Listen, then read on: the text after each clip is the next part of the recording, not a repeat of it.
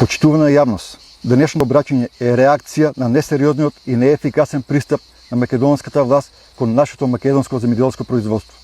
Овој неефикасен начин на работа од досегашната власт, исто и од претходните власти, ни донесе ситуација кога во Македонија секоја година се намалува производството на храна, наспроти тоа се зголемува увозот на храна, од кој се трошат милиони евра беспотребно и безцелно.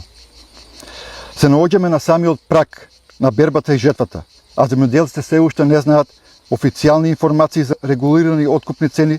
Дополнително, ресорното министерство и новата влада доцнат со исплатата на субвенциите во услови кога трошоците за репроматеријали, заштитни средства и џубрива се енормно зголемени и непредвидливи. На сето ова може да се надоврзи и лошата состојба во системот за водоснабдување. Во овој контекст морам да го спомнам и АД Водостопанство на Македонија, фирма која може и треба да биде крвотокот на македонското земјоделие, но напротив, системот со кој истата раководи, тоа се системите за наводнување, се во распад и неефикасност, во од кој од нивната непродуктивност македонскиот земјоделец губе милиони евра на годишно ниво. Како политичка партија Левица сметаме дека оваа состојба бара итни системски решенија, затоа денес јавно ги презентираме нашите предлози и економски мерки за заштита на земјоделскиот сектор. Најкритична е состојбата моментално во пољоделството. Жетвата ни е на прагот.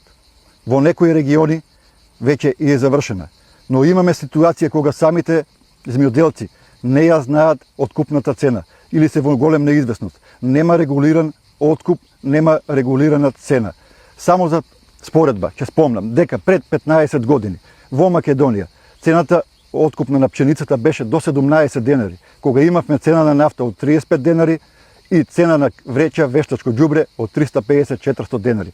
За разлика од тогаш, сега, 2026 година, имаме цена на пченица 10 денари, цена на јачмен од 8,5 до 10 денари, кога во исто имаме цена на вештачко ѓубре од 2000 денари и повеќе, и имаме покачени репроматеријали и хемиски заштитни средства од 200, 300 и повеќе проценти. Нафтата во овој период, која е основен двигател на нашето земјоделие, достигна цена од 90 денари. Овие параметри покажуваат дека домашното производство е доведено на работ на рентабилноста. Поради тоа, Левица во целост ги поддржува легитимните барања на земјоделците и ги поднесува следниве итни предлози до владата. Прво, итна исплата на субвенциите во целост за житните култури и сончогледот, најдосна до петок 10 јули. Второ, извојување на дополнителни 5 денари по килограм предадена пченица од интервентниот фонд. Трето, привремена мерка за запирање на увозот на брашно и пченица до 31 декември 2026 година, со цел приоритет да му се даде на домашното производство. Како представник од Теквешкиот регион, морам да нагласам дека состојбата, посебно во лозарството и овоштарството, е исто така во критична состојба. Само ќе напоменам дека некои винарски визби пред време си најавија дека не можат да откупат винско грозје од сортата Вранец.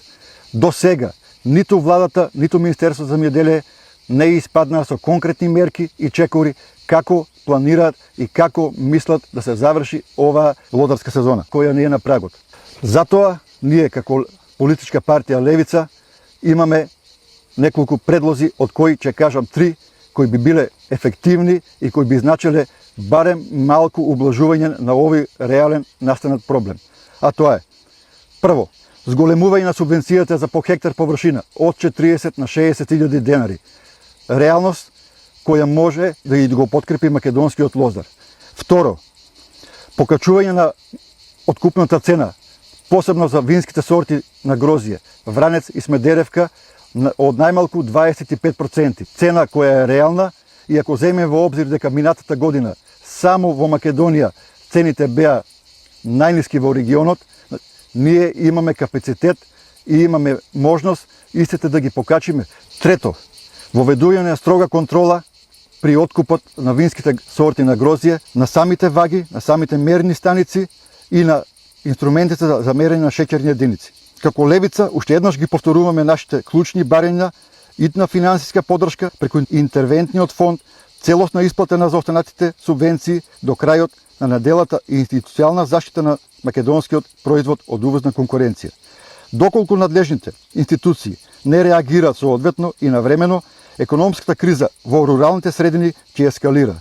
Сакам да ви потенцирам дека македонскиот земјоделец и македонскиот работник секогаш во левица ќе имат бедем за одбрана.